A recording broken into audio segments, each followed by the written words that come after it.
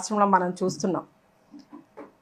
ఈ రాష్ట్రంలో వీరి పట్ల ప్రస్తుత హోంమంత్రిగా ఉన్న వంగలపూడి అనితమ్మ గారు ఏమాత్రం కూడా మరి కేర్ తీసుకోకుండా, వారి గురించి పట్టించుకోకుండా అనవసరమైన విషయాలు, అంటే టాపిక్ని డైవర్ట్ చేసే విషయాలు, డైవర్షన్ పాలిటిక్స్కి చక్కగా తెరలేపుతున్నారు.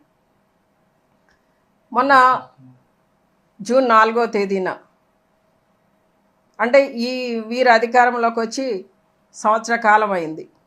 ఈ సంవత్సర కాలంలో జరిగిన వైఫల్యాలు ఇవన్నీ కూడా ప్రజలు చూస్తున్నారు కనుక వాటిని డైవర్ట్ చేయాలి.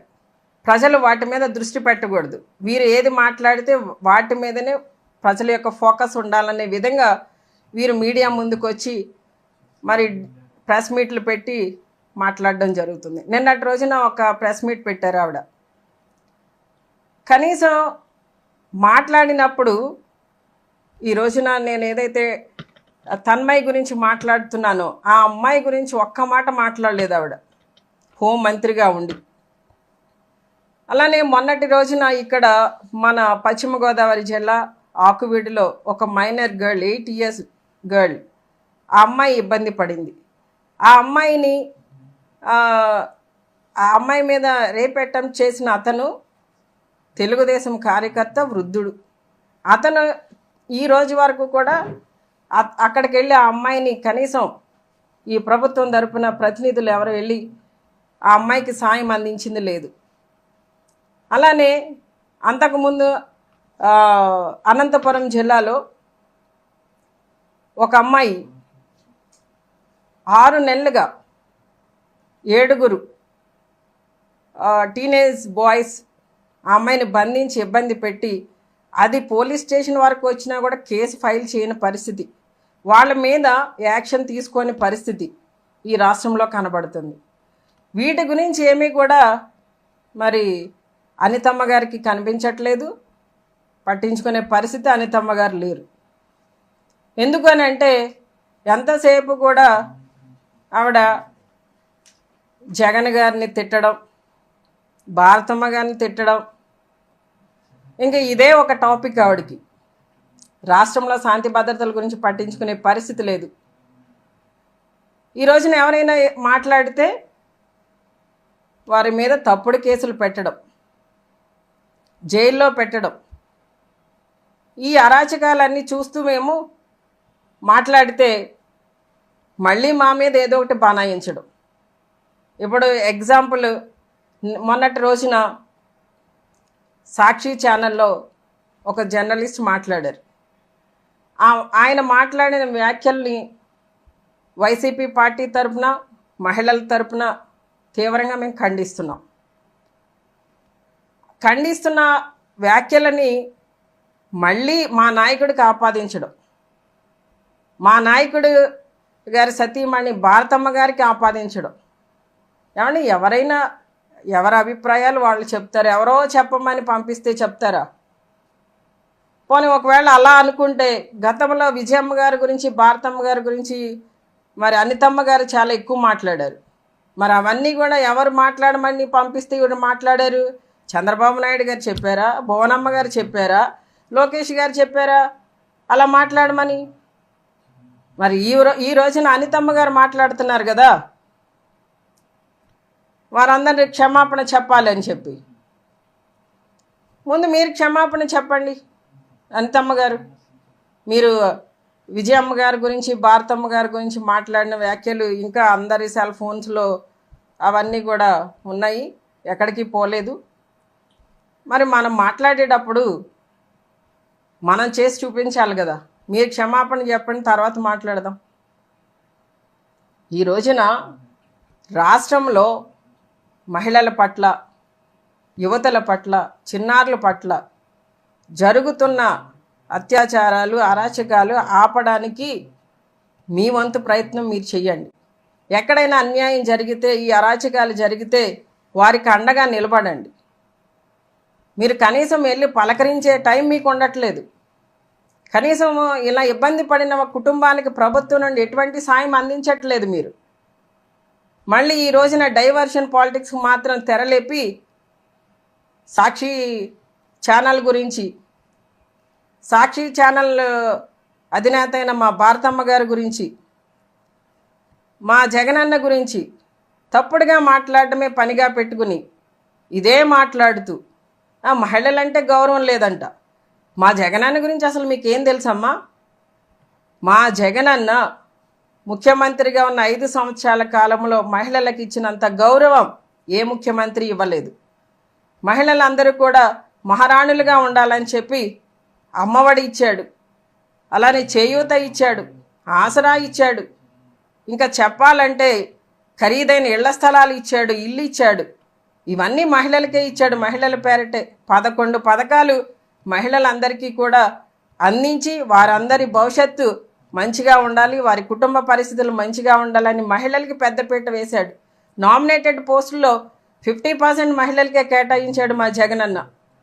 ఇంత చేసిన మా జగనన్న గురించి మాట్లాడే అర్హత అసలు మీకు లేదు. ఈ రోజున మహిళల గురించి ముందు మీరు ఒక మహిళా హోంమంత్రిగా ఉన్నారు కాబట్టి మీరు చేయవలసిన పని మహిళలకు జరుగుతున్న అన్యాయాలని, వారి మీద జరుగుతున్న అత్యాచారాల గురించి, వారిని అరికట్టడం గురించి మీరు ఆలోచన చేయండి. ఎక్కడైనా జరిగిన విపత్తులకి వారికి కావాల్సిన సహాయాన్ని ప్రభుత్వం నుండి అందించండి. అంతేగాని ఈ రోజున మీరు ఒక హోంమంత్రిగా ఉండి ఎవరైతే జర్నలిస్ట్ మాట్లాడారో ఆ వ్యాఖ్యల గురించి కొంతమంది మహిళలతో కలిసి మీరే పోలీస్ స్టేషన్కి వెళ్ళి కంప్లైంట్ ఇవ్వడం అనేది చాలా ఆశ్చర్యంగా ఉంది. ఎందుకంటే మీరు ఒక హోంమంత్రి, మీరు ఈ పోలీసులకి చెప్పి ఎవరికైతే అన్యాయం జరిగిందో, ఎవరికైతే ఇబ్బంది పడుతుందో వారికి న్యాయం చేయమని చెప్పే పరిస్థితిలో మీరున్నారు. అలాంటి మీరు ఈ రోజున మళ్ళీ మీరే పోలీస్ స్టేషన్కి వెళ్ళి కంప్లైంట్ ఇవ్వడం అనేది కొంచెం విడ్డూరంగా ఉంది. ఈ రోజున హోంమంత్రిగా మీరు ఉన్నారు కాబట్టి అనితమ్మ గారు, మీరు చక్కగా పరిపాలన అందించడానికి మీ దగ్గర అధికారం ప్రజలు ఇచ్చారు కాబట్టి మీరంతా కూడా డైవర్షన్ పాలిటిక్స్ని ఆపేసి మా జగనన్నని, మా జగనన్న కుటుంబాన్ని ఆడిపోసుకోవడం ఆపేసి ప్రజల కోసం, ప్రజలకి మంచి చేయడం కోసం ఆలోచన చేయండి. అంతే తప్ప ఈ రోజున ఏదో ఒకటి దొరికింది, దీన్ని పట్టుకుని మనం పదే పదే మాట్లాడుతూ ఉంటే ప్రజలందరూ కూడా గతంలో మోసపోయారు, 1 సంవత్సరం క్రితం ఆల్రెడీ మళ్ళీ మోసపోతారు. వాళ్ళు ఏదో మభ్యపెట్టి మాయ చేసి ఏదో చేసేస్తున్నట్టు, ఏదో పరిపాలన చేసేస్తున్నట్టు చేద్దామని ఆలోచన నుండి బయటికి రండి. మీరు ఏం చేస్తున్నారో, మీరు ఏం చేశారో అనేది ప్రజలకు ఆల్రెడీ 1 ఇయర్లో అర్థమైపోయింది. ఇంకా కొత్తగా మీరు ఎంత హై డ్రామాలకి తెరలేపినా కూడా ప్రజలు నమ్మే పరిస్థితిలో లేరు.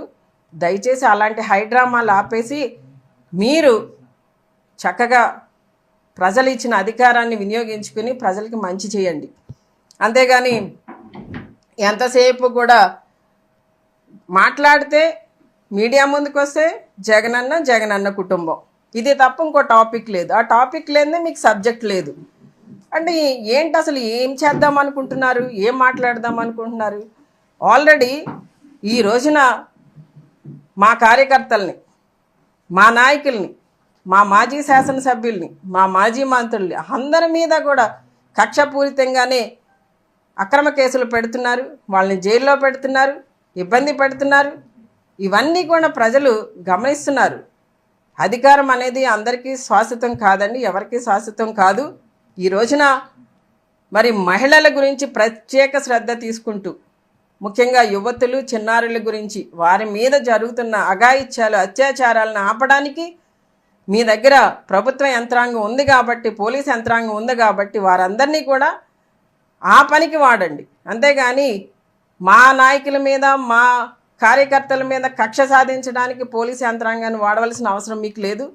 మీరంతా కూడా ఈ రోజున మరి అధికారంలో ఉండి కూడా మరి మీతో పాటు ఇంకొక మంత్రి గారు కూడా, సంధ్య మంత్రి గారు కూడా వెళ్ళి పోలీస్ స్టేషన్లో కంప్లైంట్ ఇవ్వడం జరిగింది. అంటే ఏంటి ఈ రోజున మంత్రులు వెళ్ళి పోలీస్ స్టేషన్లో కంప్లైంట్ ఇస్తే మేము ముక్త కంఠంతో చెప్తున్నామండి. ఎవరైతే ఆ జర్నలిస్ట్ మాట్లాడిన మాటలు తీవ్రంగా మేము ఖండిస్తున్నాం. అది ఎవరు కూడా సమర్థించరు. కానీ దాన్ని ఎంత హైడ్రామా చేయవలసిన అవసరం లేదు.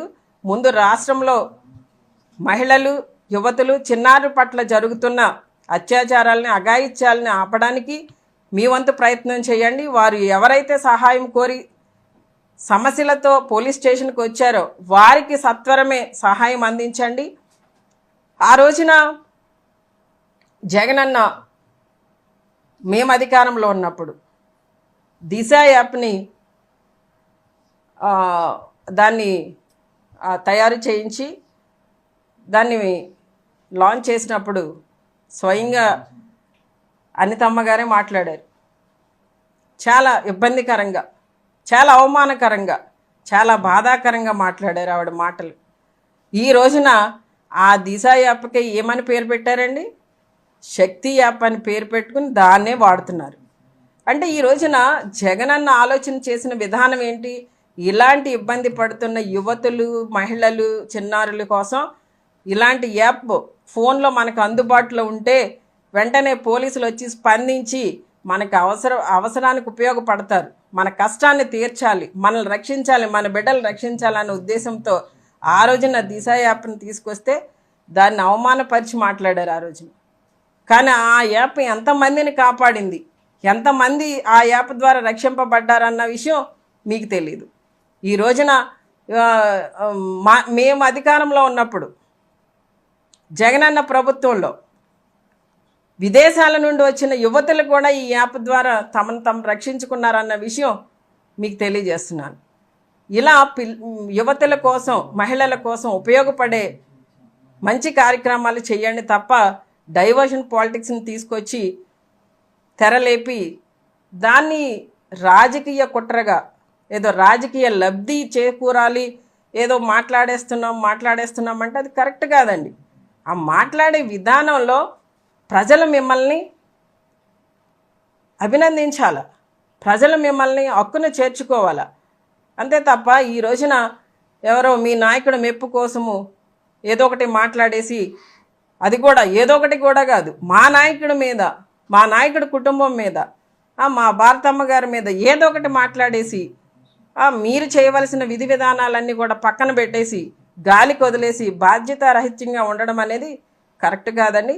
ఈ రోజున మీకు మీడియా ముఖంగా తెలియజేసేది ఏంటంటే, అనితమ్మ గారు ప్రజల యొక్క, రాష్ట్రంలో ఉన్న ముఖ్యంగా మా మహిళలు, మా యువతులు, చిన్నారుల యొక్క భద్రత గురించి బాధ్యత తీసుకోమని మిమ్మల్ని కోరుతూ, మరి ఈ రోజున గిరిజన యువతికి ఇబ్బంది కలిగినా, ఆమె చనిపోయినా మీరు పట్టించుకోవట్లేదు.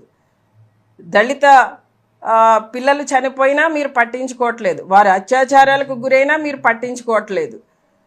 మొన్న రోడ్డు మీద 3 యువకుల్ని పోలీసులు దారుణంగా కొట్టేసినా దాన్ని మీరు సమర్థిస్తున్నారు. అంటే ఏం జరుగుతుంది మాకు అర్థం కావట్లేదండి. ప్రజలందరూ కూడా అయోమయంలో ఉంటున్నారు. ఏంటి, పోలీసులు తప్పు చేస్తే ఇమీడియట్గా వాళ్ళ మీద యాక్షన్ తీసుకోవడం మానేసి వాళ్ళని సమర్థించడం ఏంటి అని చెప్పేసి ప్రజలందరూ కూడా అనుకుంటున్నారు. ఈ పరిస్థితులన్నీ కూడా ఈ రోజున మరి ఆంధ్ర రాష్ట్రంలో ఒక గందరగోళ పరిస్థితికి దారితీస్తున్నాయి. దయచేసి ఇలాంటి వ్యాఖ్యలు మానుకుని ఇక నుండైనా కూడా రాష్ట్రంలో శాంతి భద్రతలకు, అలానే మహిళల యొక్క రక్షణకి, భద్రతకి కూడా మీరు వారికి అందించాలని చెప్పి ఈ మీడియా ద్వారా మిమ్మల్ని కోరుతున్నాం.